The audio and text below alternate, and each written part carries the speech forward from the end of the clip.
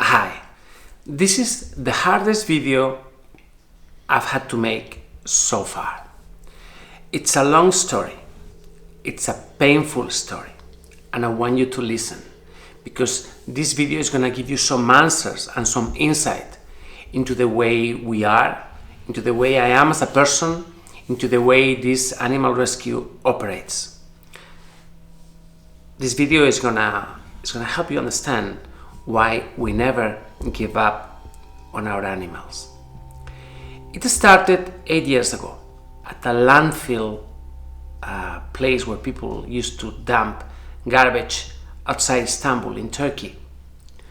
I had gone there because I had been told that there were a number of puppies that needed some help. It was the middle of winter, it was below freezing, it was just terrible. So I found myself in this landfill. Looking around, I could see some adult dogs in the horizon, scavenging, looking for food. I could see some birds flying above the landfill, looking for something to eat. And then I looked more carefully, and I saw this corner of the landfill where there were two puppies, apparently dead. I rushed to the place. I had my camera, I was filming. One of the puppies was clearly dead and frozen. The other one was dying.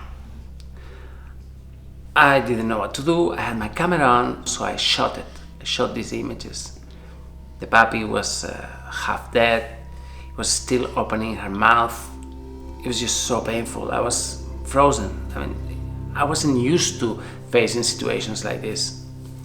So I shot a few minutes of video of the landfill, of the location, and I grabbed the puppy. I took him in my hands. I noticed that he was still alive, and I rushed to the hospital.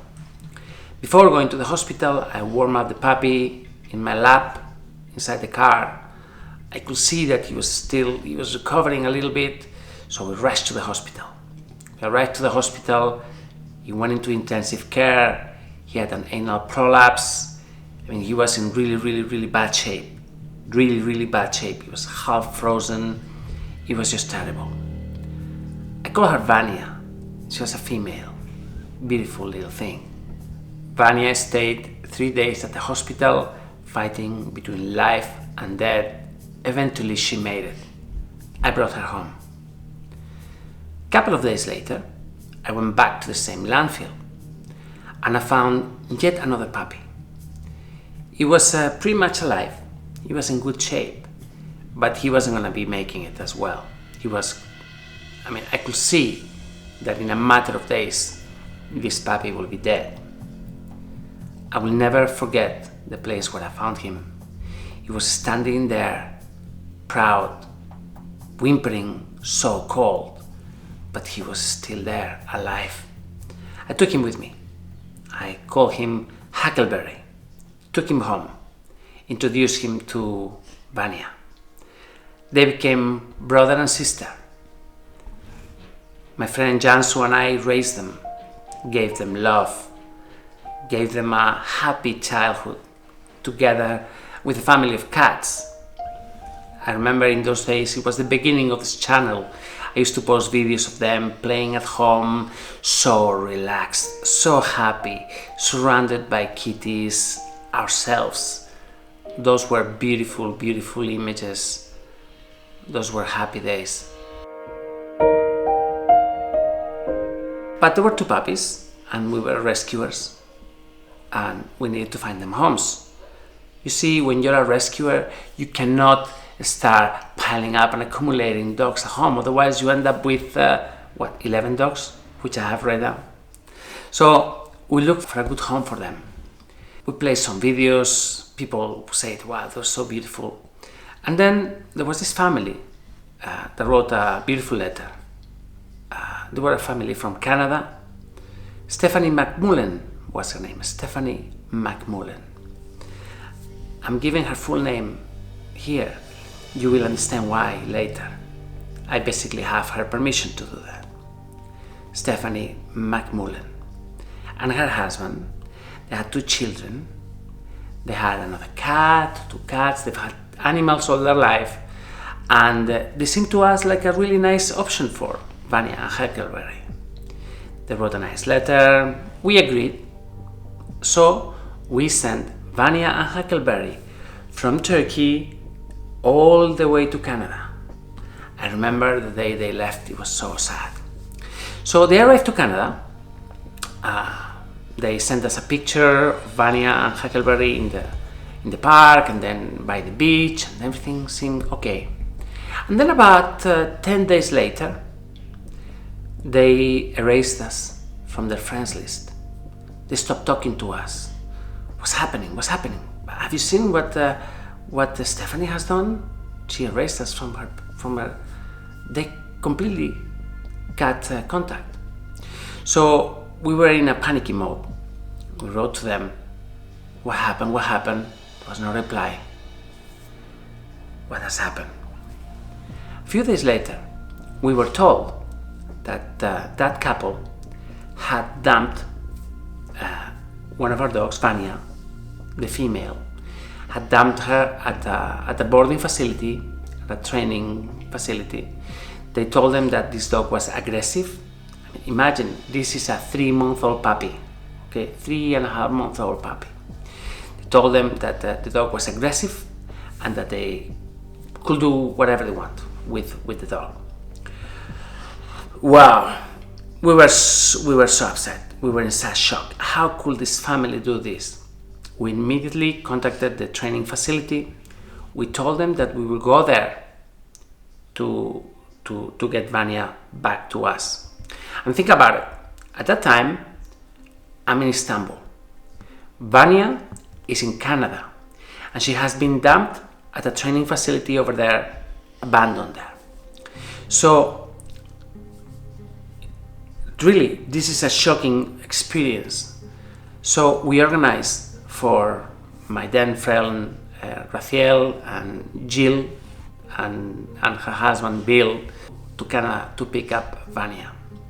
So they drove from the States to Canada, got Vanya, and brought her back to safety. Obviously, once we got Vanya, we knew there would be more trouble ahead for the other puppy, for Huckleberry. So we contacted the family and immediately demanded their return.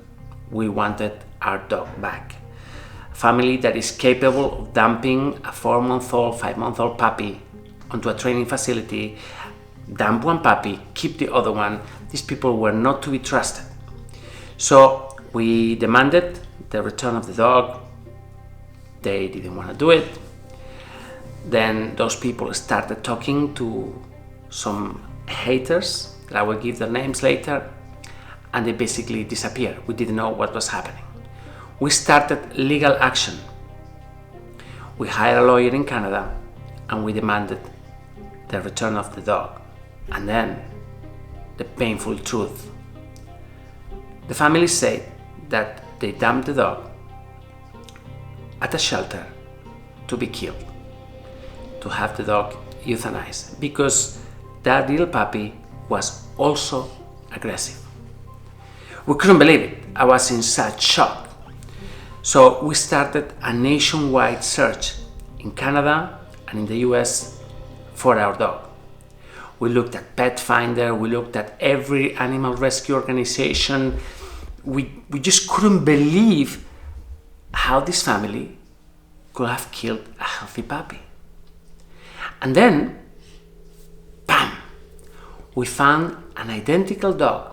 We found our dog in a shelter in Georgia, the other side of the States. How can you do that? I mean, why did they send this dog to Georgia? It's not possible. But look at the pictures. That dog is identical to Huckleberry. That's Huckleberry. Why would they tell us they killed him? So we couldn't believe why this family would have the puppy killed. And so we found this puppy in Georgia. So we organized to go get that puppy. We had the feeling this was Huckleberry. For whatever reason, this family, instead of giving the puppy to us, they told us they killed him but they sent him to Georgia. And so we went. My friend Kathy went to Georgia to find that puppy and adopt him. When she got there, she said, look, this could be Huckleberry. It looks exactly like him, but there is a problem. This puppy is not microchipped. But our puppy was microchipped. Could be that there is a mistake, that they cannot find the chip, that they cannot find the reading. I don't know. And I say, okay, well, look, just get the puppy out of that shelter. Let's get him home, and then we will see later. And so Kathy took Huckleberry to her house. Fine. So we had the two little puppies. We had Vanya staying in Boston, Huckleberry staying in Savannah, in Virginia by then. And so I went to the States. I went to the States to get my two puppies back. But then we were told and we were confirmed that Huckleberry had been killed at a shelter in Toronto. It was confirmed that that family had the dog euthanized. We started legal action. We wanted retribution. We wanted an explanation. Why would someone do something like that to a harmless and helpless puppy? People have a way to react to legal action. They get scared and then they have to get lawyers themselves, and getting a lawyer is extremely expensive in some places. So that family didn't want to fight. Instead, they confessed.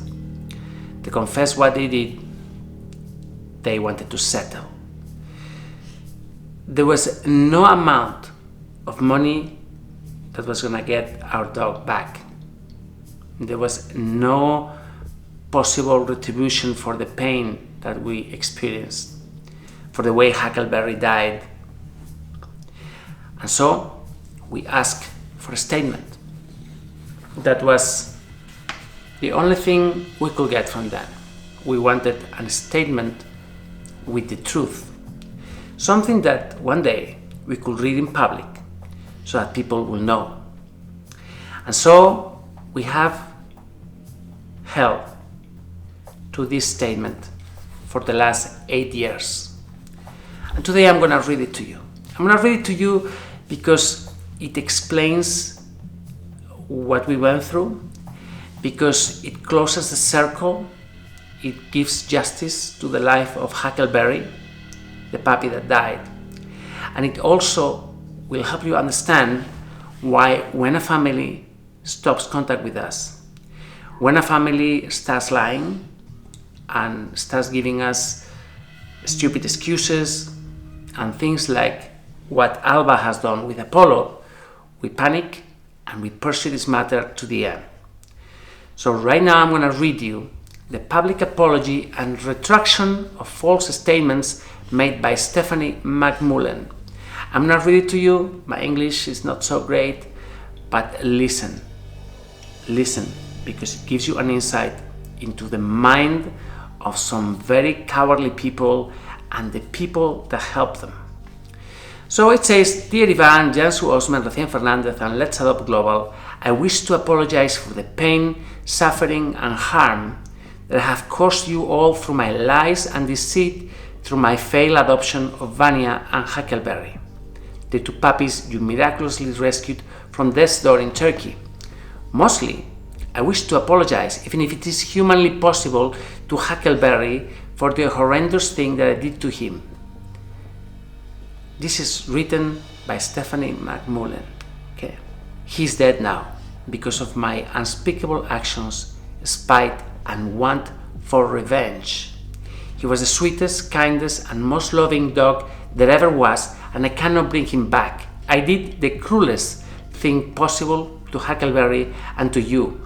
Nothing I can do will ever make this right, but I can at least tell the truth to help you heal from this injustice and clear Huckleberry's memory.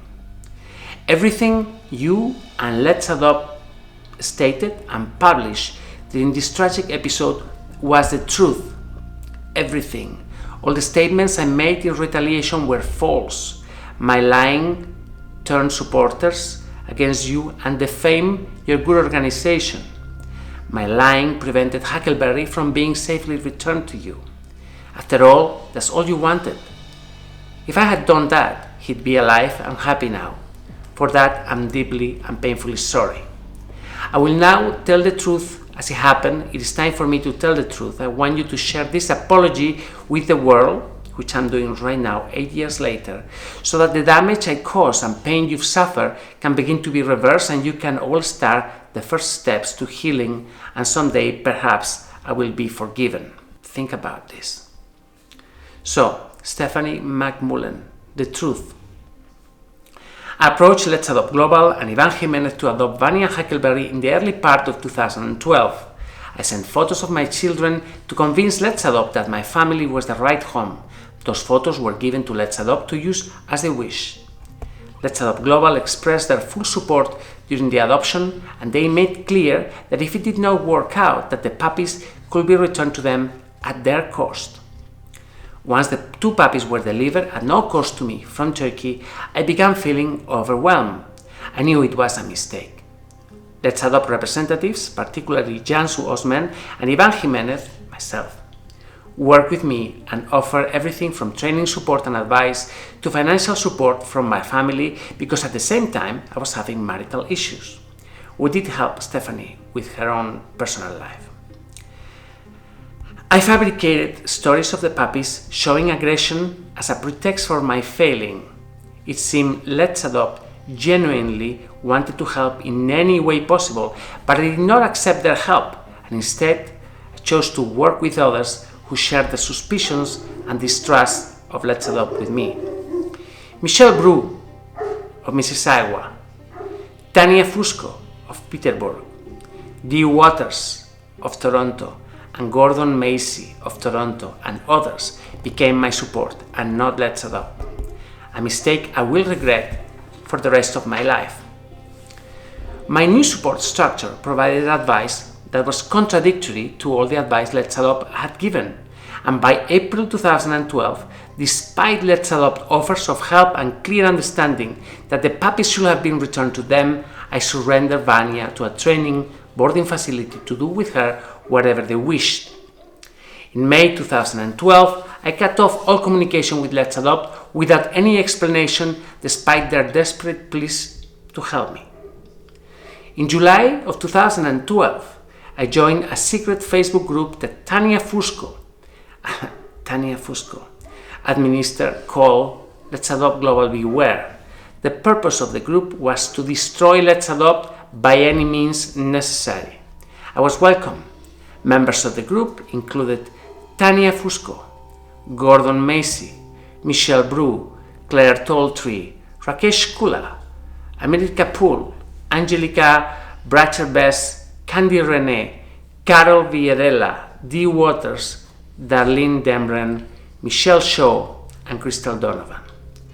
At the end of July 2012, I was notified that a legal claim by Let's Adopt to get Huckleberry back to them was filed against me in Ontario. Tanya Fusco wrote Let's Adopt Global Counsel in my defense. In July of 2012, armed with contempt and hatred for Let's Adopt and the reckless advice from some of those in the Beware group, I surrendered Huckleberry to the London Humane Society to be destroyed under the pretext that he was dangerous. I wanted to hurt Let's Adopt and ensure they never got Huckleberry back. I repeat, armed with contempt and hatred and advice by those people in the hate group, I surrendered Huckleberry to the London Humane Society to be destroyed under the pretext that he was dangerous. I wanted to hurt Let's Adopt and ensure they never got Huckleberry back. Huckleberry is now dead. Sweet, innocent Huckleberry. He was not dangerous, but he was a gentle, kind soul, incapable of hurting anything. Let's Adopt wanted their dogs returned to them. Maybe they knew how it would end. Instead of abiding by their agreement and returning the dogs safely, I chose to hurt Let's Adopt by doing the worst thing possible. I apologize to Let's Adopt for my callousness and indifference that caused this tragedy. I apologize for the great distress I caused them when they searched for Vanya, not knowing if she was alive or dead. And I apologize for the great heartache they must carry with them that after discovering I purposely had Huckleberry destroyed. I had no reason to do what I did. Please forgive me. Sincerely, Stephanie Mcmullen. These were papers handed over to the court as a settlement, full and final release by the court.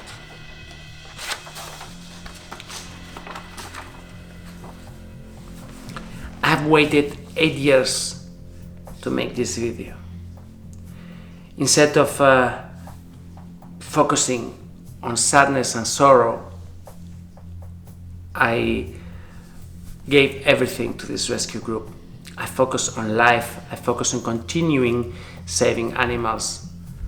I left all those haters behind. I knew they were there. They've always been there.